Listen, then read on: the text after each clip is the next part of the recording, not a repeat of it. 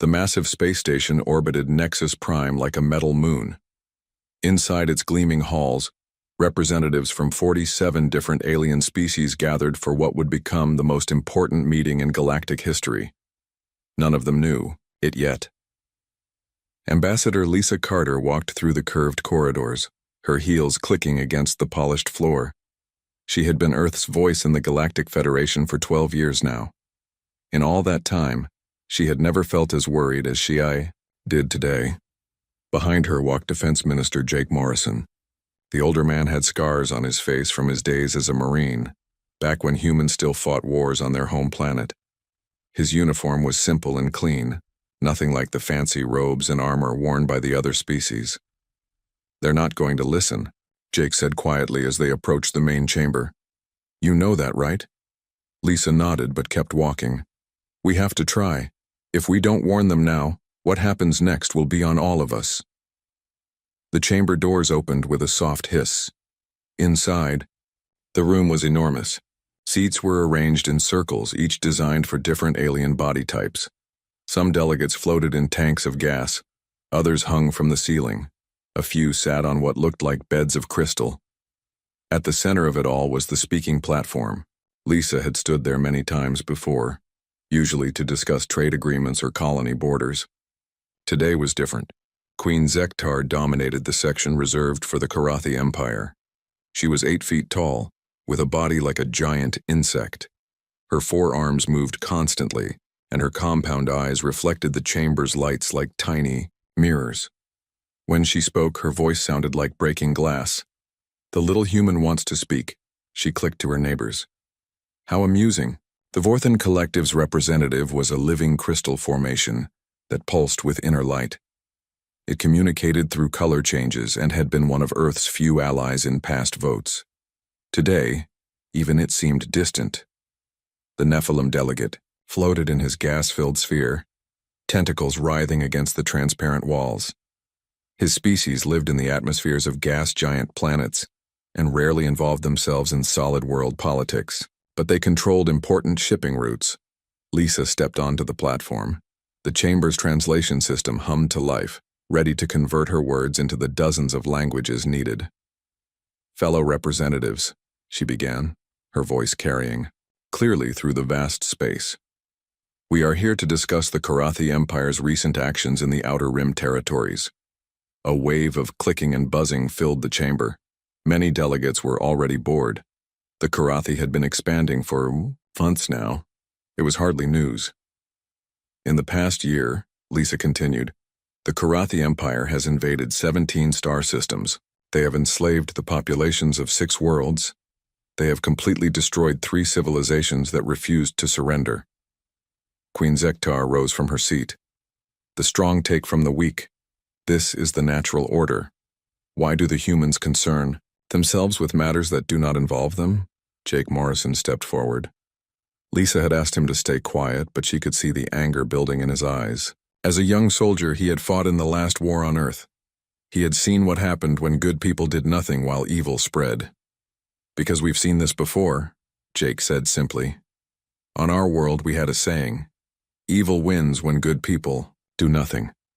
The chamber erupted in what passed for laughter among the various species. The Karathi Queen's mandibles clicked rapidly.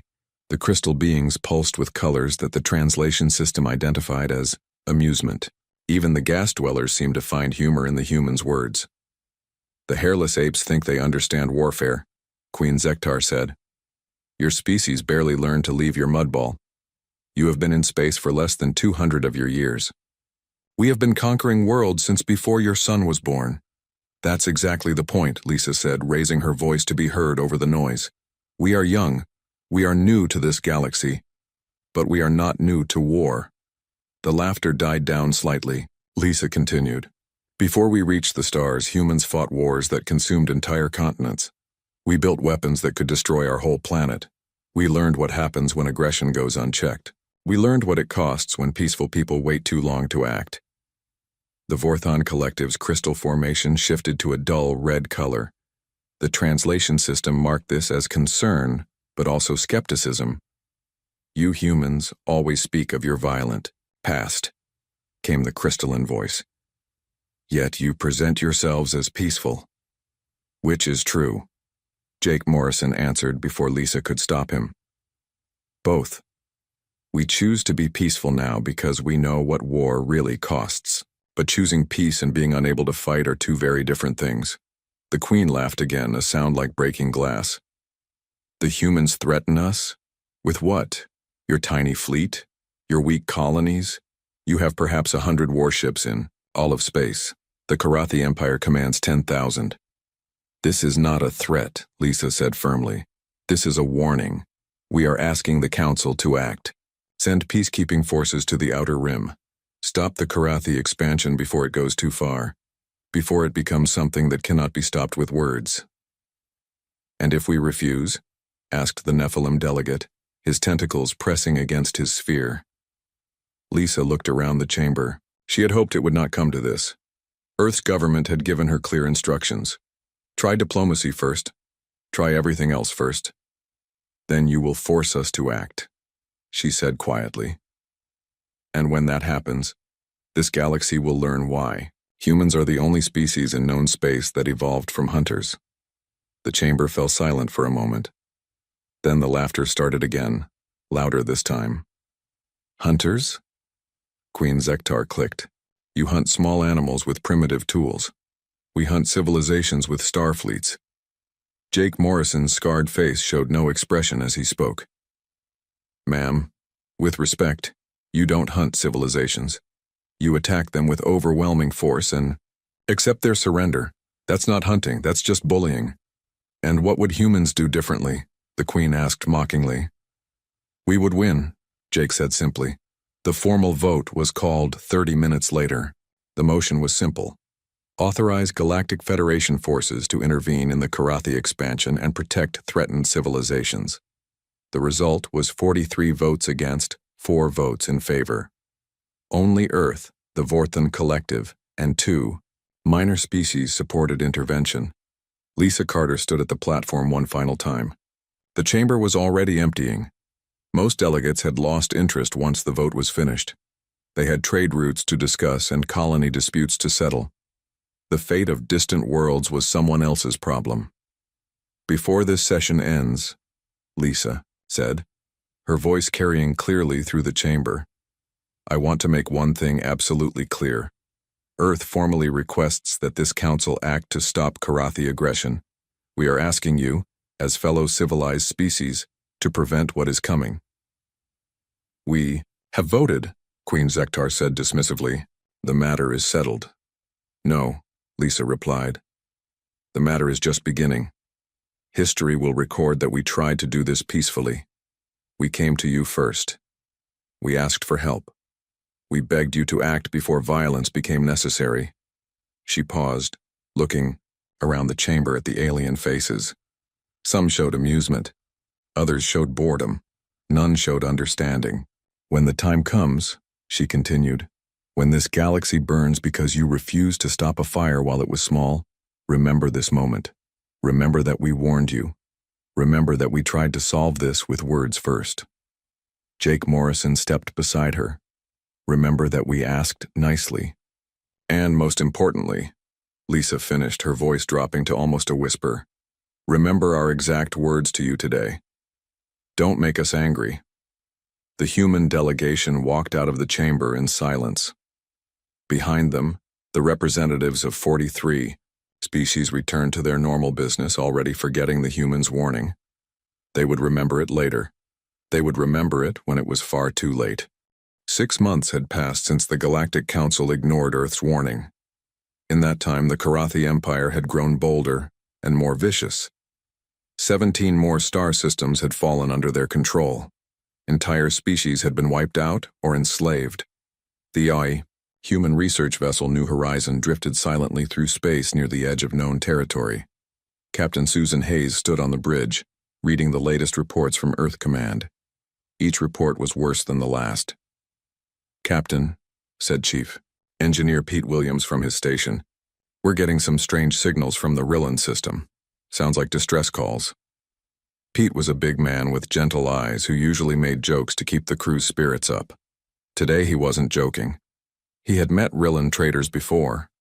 They were peaceful people who made beautiful art and wrote poetry about the stars. Dr. Amy Foster looked up from her science station.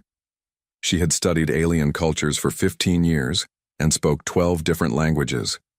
The Rillans were her favorite species to work with. They never lied, never started fights, and always shared their food with visitors. "Put it on the main screen," Captain Hayes ordered. The bridge filled with panicked voices speaking in the musical Rillan language. Dr. Foster translated as fast as she could. "They're saying the Karathi fleets have arrived. Massive invasion force. They're asking for help from anyone who can hear them." Captain Hayes felt her stomach drop. She had been afraid this would happen. The Rillans had no real military. Their ships were built for exploration and trade, not war. They had never hurt anyone in their long history. "How far are we from Rillan space?" she asked. 2 days at maximum speed," answered Lieutenant Tim Brooks, the ship's navigator. He was young and had only been in space for 3 years, but he was the best pilot Hayes had ever seen. Hayes walked to her command chair and sat down heavily. Earth Command had been very clear in their orders. Human ships were to avoid the conflict zones. They were to remain neutral and not interfere with galactic politics. But the screams coming through the speakers were getting louder. "Captain, Dr. Foster said quietly. "They're broadcasting from their capital city now. The orbital bombardment has started." Through the static, they could hear the sounds of a civilization dying, children crying, buildings collapsing, people begging for help that would never come. Pete Williams turned away from his console. His hands were shaking. "Captain, we can't just listen to this." Hayes closed her eyes for a moment. She thought about her orders. She thought about her career. She thought about the consequences of disobeying Earth Command. Then she thought about her daughter back on Earth and what kind of galaxy she wanted to leave for her. "Set course for the Rillan system," she ordered. "Maximum speed." "Captain," Lieutenant Brooks said carefully, "our orders were to maintain neutrality." "I know what our orders were," Hayes replied, "but I didn't join the service to listen to innocent people die while I do nothing." 2 days later, the New Horizon dropped out of hyperspace at the edge of the Rillan system. What they saw made the entire crew go silent. Karathi warships filled the space around Rillia, the species' beautiful homeworld. The ships were massive and ugly, covered in weapons and armor. They looked like metal sharks circling their prey. Below them, the planet was burning. The crystal cities that the Rillans had built over thousands of years were being systematically destroyed. Orbital bombardment lit up the night side of the world like deadly fireworks. "How many ships?" Captain Hayes asked. "I count 47 Karathi vessels," reported Lieutenant Sarah Davis from the weapons station. "Mostly heavy cruisers and battleships. They outgun us by about 50 to 1. The New Horizon was a research ship. It had some weapons for protection against pirates, but nothing that could threaten a real warship. Going up against the Karathi fleet would be suicide. "Captain," Dr. Foster said, her voice breaking, "I'm picking up transmissions from the surface. There's a school under attack. The children—" She couldn't finish the sentence. On her screen, they could see the thermal signatures of the bombardment hitting civilian targets. Hospitals, schools, homes. Hayes opened a communications channel to the Karathi fleet. "Karathi vessels. This is Captain Susan Hayes of the Earth. Ship, New Horizon. By the terms of the Galactic Accords, I demand that you cease fire on civilian targets immediately." The response came in the form of weapons fire. 3 Karathi ships turned toward the New Horizon and opened fire with their main guns. The human ship's shields flared and nearly failed under the first attack. "Evasive maneuvers!" Hayes shouted. Lieutenant Brooks threw the ship into a desperate spiral, using every trick he had learned in flight school. Karathi energy beams lit up the space around them. One blast came so close it scorched their hull. "Shields down to 30%, reported Chief Williams. "We can't take another hit like that." Hayes made a decision that would change the course of galactic history. She opened an emergency channel to Earth Command, broadcasting on the highest priority frequency. "Earth Command, this is Captain Susan Hayes aboard the New Horizon. I am in the Rillan system. The Karathi Empire is conducting orbital bombardment of civilian targets, including schools and hospitals. They have fired on my ship without provocation. I am requesting immediate authorization to engage under Protocol 7. The response came back within minutes. It was short and came directly from Earth's military command. Authorization granted. Rules of engagement are now unlimited. All human ships in your sector are being notified. God help us all. Hayes felt a chill run down her spine. Protocol 7 was something every human military officer knew about, but hoped never to see activated. It meant the gloves were coming off. It meant humanity was done playing by galactic rules. All stations battle alert, she announced to her crew. Transmit our situation to all human vessels in range. Tell them what we've seen here. Within hours, the message had spread through human space faster than any official communication. Ship captains who had served together, engineers who had gone to the same academies, scientists who had worked on the same projects. The human fleet was small compared to the galactic powers, but it was connected in ways the aliens didn't understand. On Luna Base, Admiral Robert Chen received the emergency call at 3 in the morning. His wife Karen woke up when she heard him cursing in the next room. "Rob, what's wrong?" "The Karathi just made the biggest mistake in galactic history," he said grimly. "They fired on a human ship. They're targeting civilian populations. It's starting. The thing you always said would never happen. The thing I prayed would never happen." He was already putting on his uniform. "I have to go. The president is activating everything." Across human space, military commanders received the same message. Deep space monitoring stations began broadcasting coded signals. Ships that had been on routine patrols suddenly changed course. Bases that the galaxy thought were research facilities began opening hidden sections. Captain Danny Brooks was patrolling the outer colonies when the message reached his ship, the Righteous Fury. Like all human military vessels, it looked plain and utilitarian from the outside. The galaxy had always thought human ship design was primitive. They were about to learn how wrong they were. "All hands, this is the captain," Brooks announced over the ship's communication system. "We have just received activation orders under Protocol 7. All crew members report to battle stations. Engineering, begin full military configuration." In the engine room, Chief Engineer Lucy Martinez watched as her ship transformed. Hidden weapon systems extended from concealed compartments. Armor plating that had looked like simple hull reinforcement revealed itself as advanced protective systems. The ship's power signature changed as military-grade shields came online. "My God," whispered one of the younger engineers. "How long have we been carrying this stuff?" "Since the ship was built," Lucy replied. "We just never told anyone about it." Communications Officer Tony Jackson monitored subspace frequencies as reports flooded in from across the galaxy. Human ships were appearing in systems where no one knew they had bases. Vessels that had seemed to be carrying trade goods were revealing themselves as disguised warships. But most shocking of all were the reports from the first engagement. A single human destroyer had encountered a Karathi patrol group of 5 ships. The aliens had expected an easy victory. The human ship had destroyed all 5 Karathi vessels in less than 10 minutes.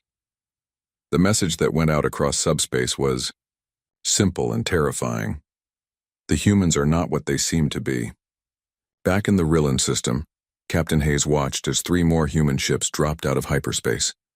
They looked like simple cargo haulers and research vessels, but when they powered up their weapons, the energy readings made her jaw drop. "This is Captain Hayes to all human vessels," she broadcast. "The Karathi Empire has just learned what happens when you make humanity angry. Let's show them what we really are." The galaxy was about to discover that humans had been holding back for a very long time. Admiral Robert Chen stood in the command center of Luna Base, deep beneath the moon's surface. Around him, dozens of officers worked at stations that most of the galaxy didn't know existed.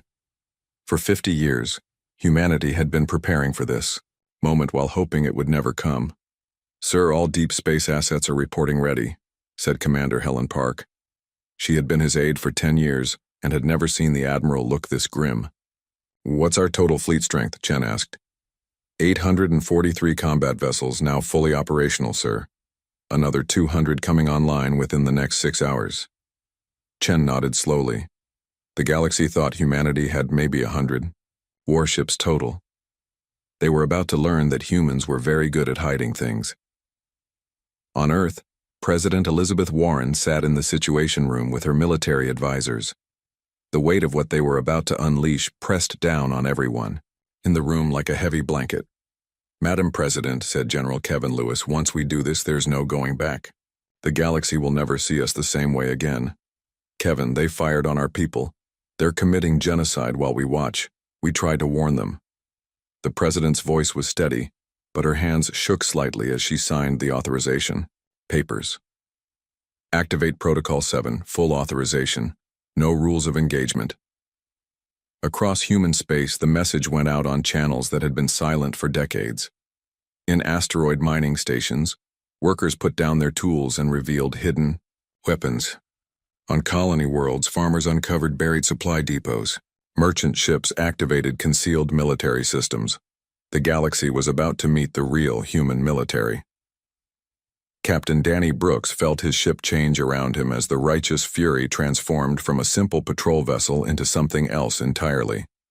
The hull expanded as hidden sections deployed. Weapon ports opened along the sides like eyes opening in the dark.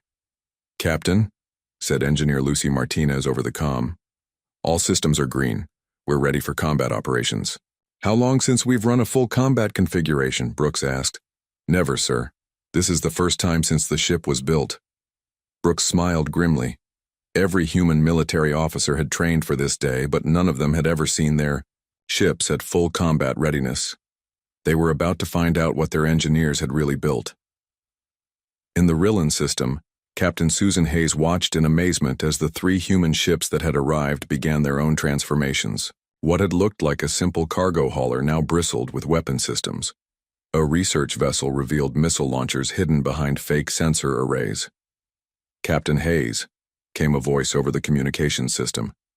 "This is Captain Jim Fuller, aboard the merchant vessel Peaceful Journey, requesting permission to engage Karathi forces." Hayes almost laughed at the name. The Peaceful Journey now looked like anything but peaceful. Its hull was covered in weapons that could level a city. "Permission granted, Captain Fuller. Let's show them what humans do when we stop being nice." The battle that followed would be studied in military academies for centuries. 3 human ships, disguised as civilian vessels, engaged 47 Karathi warships in open combat. The Karathi had numbers. They had bigger ships. They had weapons that could crack planets. But they had never fought humans who had stopped holding back. Human tactics were unlike anything the galaxy had ever seen. Where alien fleets fought with honor and ceremony, humans fought to win. They used tricks that seemed impossible. They attacked from directions that should have been safe. They turned the Karathi ship's own weapons against each other. Commander Grace Thompson, leading a squadron of human fighters, demonstrated something the galaxy had never imagined. Instead of trying to destroy Karathi ships quickly, she deliberately crippled them. Engines destroyed, but life support intact. Weapons gone, but communications working. "Why aren't you finishing them off?" asked her wingman, Lieutenant Carl White. "Because I want the survivors to tell their friends what happened here," Thompson replied coldly. "Fear is a weapon too." The psychological effect was immediate. Karathi crews, who had been trained to expect either quick victory or quick death, found themselves helpless but alive. They could only watch as their massive warships were systematically dismantled by vessels they had thought were harmless. Within 6 hours, the Battle of Rilya was over. 47 Karathi ships destroyed or disabled, 3 human ships with minor damage. The rescue of 2 billion Rillan civilians who had expected to die. But the real shock was what happened next. Across the galaxy, Karathi outposts and fleets began reporting attacks. Human ships appeared in systems where no humans were supposed to be. Bases that had been secret for decades were hit with surgical precision. Supply lines that the Karathi had thought were secure were cut in coordinated strikes. The attacks came from everywhere at once. Human vessels emerged from asteroid fields where they had been hiding for years. Space stations that had looked like mining platforms revealed themselves as military bases. Even some human colony ships turned out to be disguised warships. Queen Zektar sat in her throne room on the Karathi homeworld, listening to reports that made no sense. How could the humans be attacking 100 different targets at the same time? Where had all these ships come from? Your Majesty, clicked one of her advisors, our intelligence reports show that humans have never had more than 100 military vessels. Then our intelligence is wrong, the Queen replied angrily.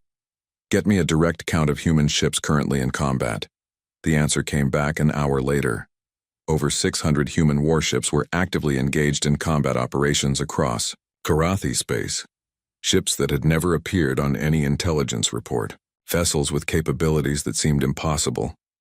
Admiral Chen watched the battle reports come in from his command center. Operation Righteous Anger was proceeding exactly as planned. 50 years of careful preparation were paying off. Sir, reported Commander Park. The Karathi are trying to send reinforcements to their outer colonies. Should we intercept? Let them go, Chen replied. I want them to see what we've done to their secure territories. I want them to understand that nowhere is safe anymore. The reinforcements arrived at Karathi Colony 7 to find smoking ruins. The orbital defense platforms had been destroyed so completely that it took hours to figure out what they had been. The colony itself was intact, but every military installation had been reduced to slag. There were no human ships in sight. Whatever had done this was already gone. Similar scenes played out across dozens of star systems. Human forces would strike with overwhelming precision, destroy all military targets, and vanish before reinforcements could arrive. It was like fighting ghosts who could hit back. Captain Rex Carter, commanding the stealth ship Silent Hunter, watched Karathi supply convoys through his ship's sensors. His vessel was invisible to their scanners, using technology that humanity had developed in secret. Target the command ship first, he told his weapons officer, Lieutenant Maria Santos. I want the others to see their leader die before we take them apart. The attack lasted 3 minutes. 5 Karathi transport ships and their escorts were destroyed without ever seeing their attacker. The only survivor was a communications officer who was left alive specifically to report what had happened. The message spread through Karathi space like wildfire. The humans were everywhere, and they were no longer the peaceful species the galaxy had known. Dr. Ben Taylor, a war correspondent embedded with the human fleet, sent reports back to Earth that shocked even the human population. Most humans had no idea their military was capable of such coordinated destruction. I'm watching the systematic dismantling of an empire, he wrote, but it's not random violence. Every target is chosen for maximum strategic impact. Every attack serves a purpose. The Karathi built their empire over centuries, and humans are tearing it down in weeks. Back on the Karathi homeworld, Queen Zektar made a decision that would haunt her forever. Instead of asking for peace, she decided to show the humans what real power looked like. Activate the planet killer, she ordered. Target the human colony at New Terra. If they want to see what happens when they make us angry, we'll show them. It would be the last mistake the Karathi Empire ever made. News of the planet killer's activation reached Admiral Chen within minutes. His face went pale as he read the report. Sir? Asked Commander Park. What are your orders? Chen was quiet for a long moment. Then he picked up the red phone that connected directly to the President. Madam President, the Karathi have just targeted civilians with a planet-destroying weapon. I'm requesting authorization for final protocol. The response came immediately. Authorized. Show them what humans do to species that threaten our children. The galaxy was about to learn that making humans angry was a mistake. Making them angry enough to threaten human families was a death sentence. The emergency session of the Galactic Council was unlike anything in the organization's 1,000-year history. Representatives rushed to Nexus Prime from across the galaxy, many still in shock from reports of what humanity had unleashed. Fleet. Admiral Janet Rodriguez stood at the center of the great chamber, her uniform simple and clean compared to the elaborate costumes worn by the alien delegates. Behind her, holographic displays showed the complete destruction of the Karathi Empire's military might. Honored delegates, she began, her voice carrying clearly through the vast space. 3 weeks ago, your species chose to ignore our warning. You laughed when we asked you to stop Karathi aggression, You called us weak when we begged for peace. The chamber was silent. Even Queen Zektar, who had survived the destruction of her empire by pure chance, sat motionless in her restraints. She had been captured alive as Admiral Rodriguez had specifically ordered. Today, I stand before you to show the results of that choice, Rodriguez continued. She gestured to the displays behind her. In 18 days, human forces have completely destroyed Karathi military capability across 400 star systems. We have eliminated their entire space fleet, dismantled their orbital defenses, and occupied their homeworld. The numbers were staggering. Over 10,000 Karathi warships destroyed, hundreds of military bases reduced to scrap metal. An empire that had seemed unstoppable just months ago was now nothing more than scattered refugees. How? Whispered the Vorthon Collective's representative, its crystal form pulsing with confused colors. Our intelligence showed humans had only a small fleet.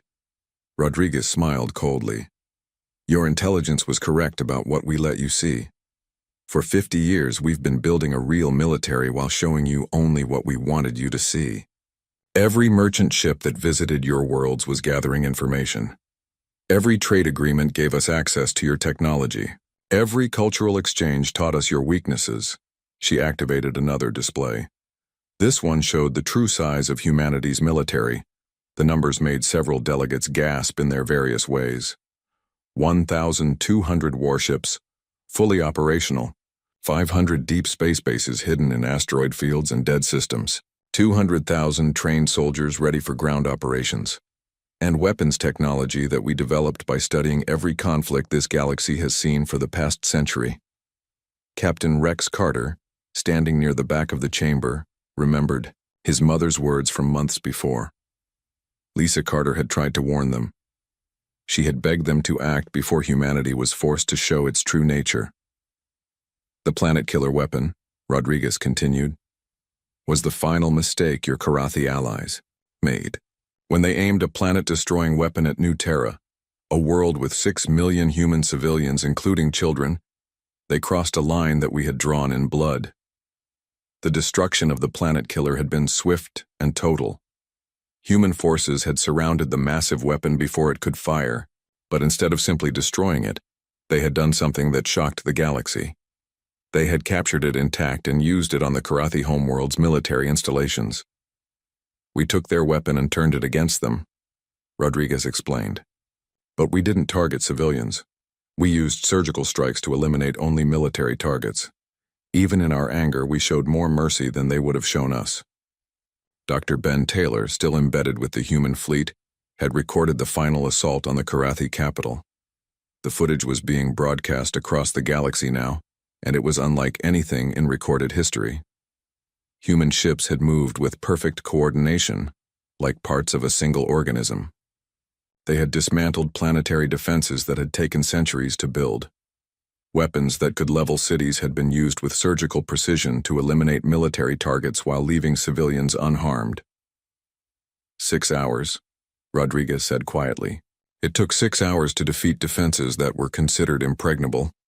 Your mighty Karathi empire fell in less time than it takes some species to have a meal. Queen Zektar finally spoke, her voice a broken whisper. We underestimated you. Yes, you did, Rodriguez replied. You saw what we chose to show you and thought it was all we had. You made the same mistake that every bully in human history has made. You confused choosing peace with being unable to fight. The Admiral activated one final display. This one showed human military doctrine, translated into the common galactic language. For those who want to understand what happened, study this. Humans don't fight for glory or honor. We fight to win. We don't follow your rules of warfare because those rules are designed to make war survivable. When you threaten our civilians, survival becomes a luxury we can't afford to give you. The doctrine was brutal by galactic standards. Total war. Acceptable. Losses. Strategic destruction. Concepts that most species had never considered because they fought wars like games, with rules and boundaries. But why? Asked the Nephilim delegate, tentacles writhing in distress. Why build such a military if you truly wanted peace? Rodriguez's expression softened slightly. Because we learned from our history. On Earth we had a saying, if you want peace, prepare for war. We prepared for the war we hoped would never come. When you forced it on us, we were ready. General Kevin Lewis stepped forward from the human delegation. He had been a young soldier during the last war on Earth, and he understood something that the aliens couldn't grasp. Every human military officer studies the wars of our past, he explained. We know what happens when aggression goes unchecked. We know what it costs when good people wait too long to act. We swore it would never happen again, anywhere. The Miyu chamber erupted in overlapping voices as different species tried to process what they were hearing. The peaceful humans, who had been model citizens of the galaxy for a century, had been preparing for war the entire time. What happens now? Asked a delegate from the Stellar Republic, a minor power that had always stayed neutral in galactic conflicts. Now, Rodriguez replied, the galaxy operates under new rules. Human rules. Species that prey on the weak will be eliminated. Pirates, slavers, and empire builders will find themselves facing the full might of humanity's military. She gestured to Queen Zektar. The former Karathi Empire will be divided among the species it oppressed. Their technology will be shared with those who need it for defense. Their military will never be allowed to exist again. And if we refuse to accept this new order? Asked the Vorthon Collective. Rodriguez's answer was simple and terrifying. Then you'll join the Karathi in extinction. Captain Mike Davis, commanding the orbital defense platform above New Geneva, watched as alien diplomats began lining up to submit formal requests for alliance with humanity.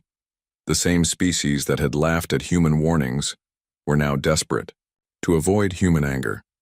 But the most shocking moment came when Dr. Patricia Stone, Earth's chief xenologist, addressed the chamber about the cultural changes that would be required.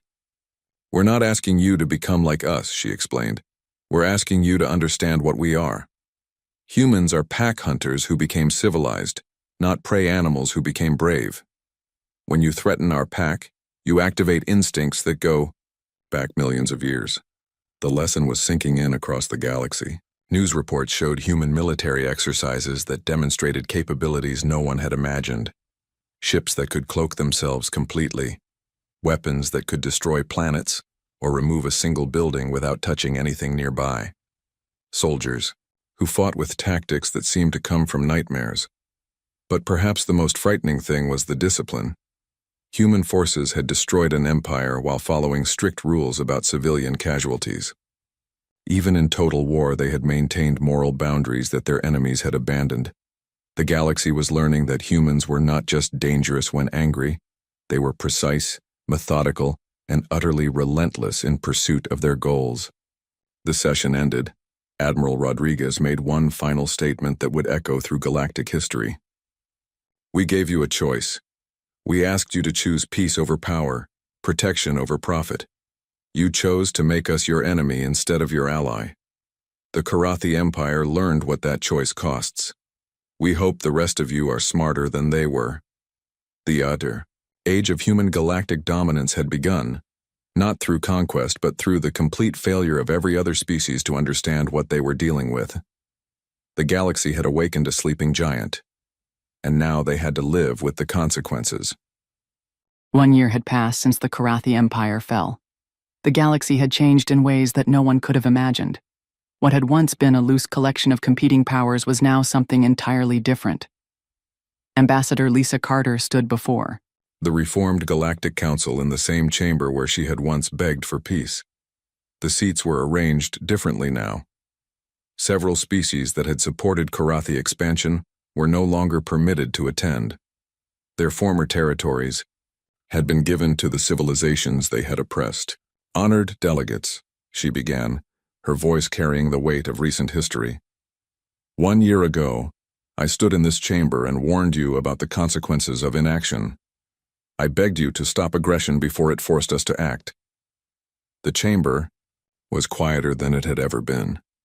Where once there had been laughter and dismissal, now there was respectful attention. Every delegate understood that they were listening to representatives of the galaxy's dominant military power. We didn't want this responsibility, Lisa continued. We asked you to handle threats to galactic peace. We offered to work together. You chose to make us do it alone. The new galactic order was built on principles that seemed strange to many species but were familiar to humans. Strength protected weakness. Aggression was met with overwhelming force. Bullies were eliminated before they could grow strong enough to threaten others. General Kevin Lewis oversaw the integration of human military doctrine into the new galactic defense forces. Alien recruits learned concepts that their species had never considered necessary.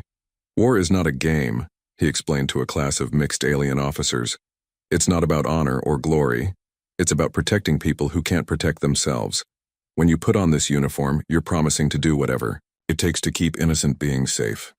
The training was brutal by galactic standards. Species that had fought wars like ceremonial duels found themselves learning about total warfare, acceptable losses, and strategic objectives.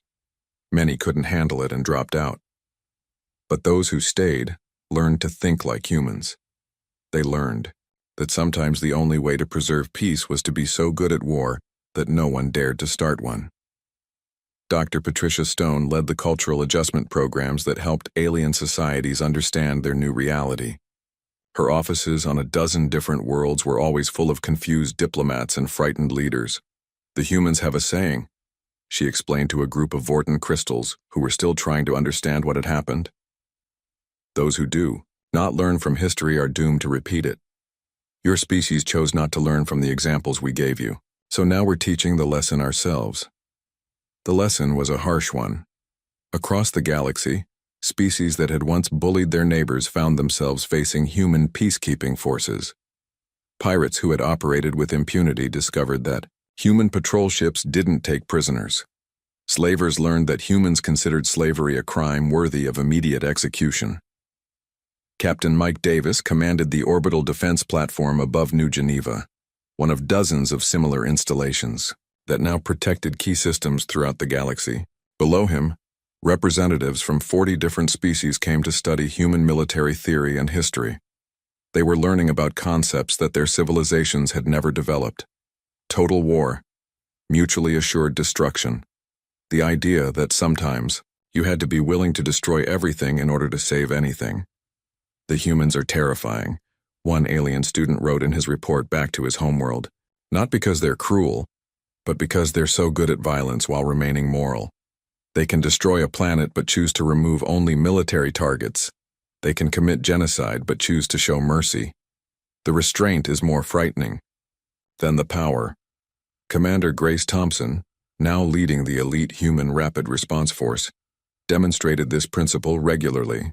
Her teams were called in when diplomatic solutions failed. They didn't negotiate. They didn't offer second chances. They simply ended threats with surgical precision. "Ma'am," asked Lieutenant Carl White during a briefing about a pirate stronghold, "the local authorities want us to capture the leaders alive for trial." "Negative," Thompson replied coldly. "Pirates who target civilian shipping get one trial. It's called combat. Execute the mission as planned." The psychological effect of human military doctrine spread faster than their actual forces. Species that had never encountered humans began changing their behavior simply because they had heard what happened to those who crossed them. The Stellar Republic, which had remained neutral during the Karathi War, completely reorganized their military along human lines. The Nephilim Confederacy disbanded their raiding fleets entirely, rather than risk human attention. Even species in distant galaxies began receiving reports about the hairless predators who had conquered known space.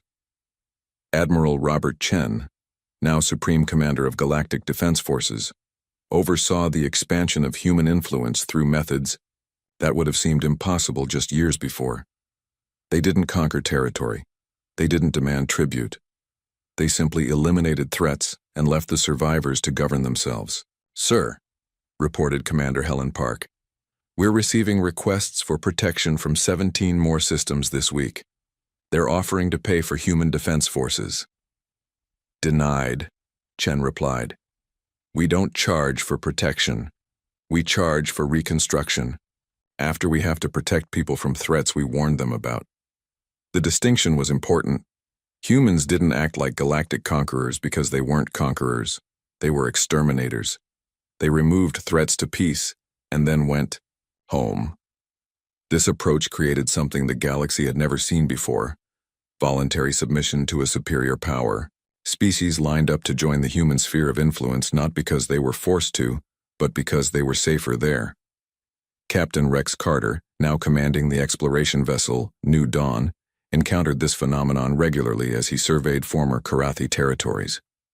Entire civilizations that had been enslaved were now free, and they all wanted the same thing. "Please," said the representative of the Zephyrian people, "let us join your alliance. Let us contribute to your fleets. We want to help you protect others the way you protected us." It was a request that human leaders heard dozens of times every month. Species that had been victims wanted to become part of the force that had saved them. They wanted to learn human military doctrine, adopt human strategic thinking, and help spread human concepts of justice. Dr. Ben Taylor, who had documented the fall of the Karathi Empire, now wrote about the transformation of galactic civilization itself. His articles were required reading in diplomatic academies across known space. "I'm witnessing the birth of something unprecedented," he wrote. "A galactic government based not on conquest or economic control, but on the simple principle that the strong should protect the weak. It's working because humans proved they're the strongest, but they use that strength only when necessary." But perhaps the most significant change was in how conflicts were resolved. Where once the galaxy had accepted that some species would always prey on others, now such behavior was met with immediate and overwhelming response. The hegemony of Sarn made this discovery when they attempted to restart their slave trading operations. 3 human ships arrived at their capital world within 6 hours of the first slave ship's departure. "This is Admiral Rodriguez," came the transmission. "You have 1 hour to release all captives and surrender your leadership for trial. If you refuse, we will demonstrate why the Karathi Empire no longer exists." The hegemony chose to fight. 48 hours later, their species was extinct. The message spread across the galaxy faster than light.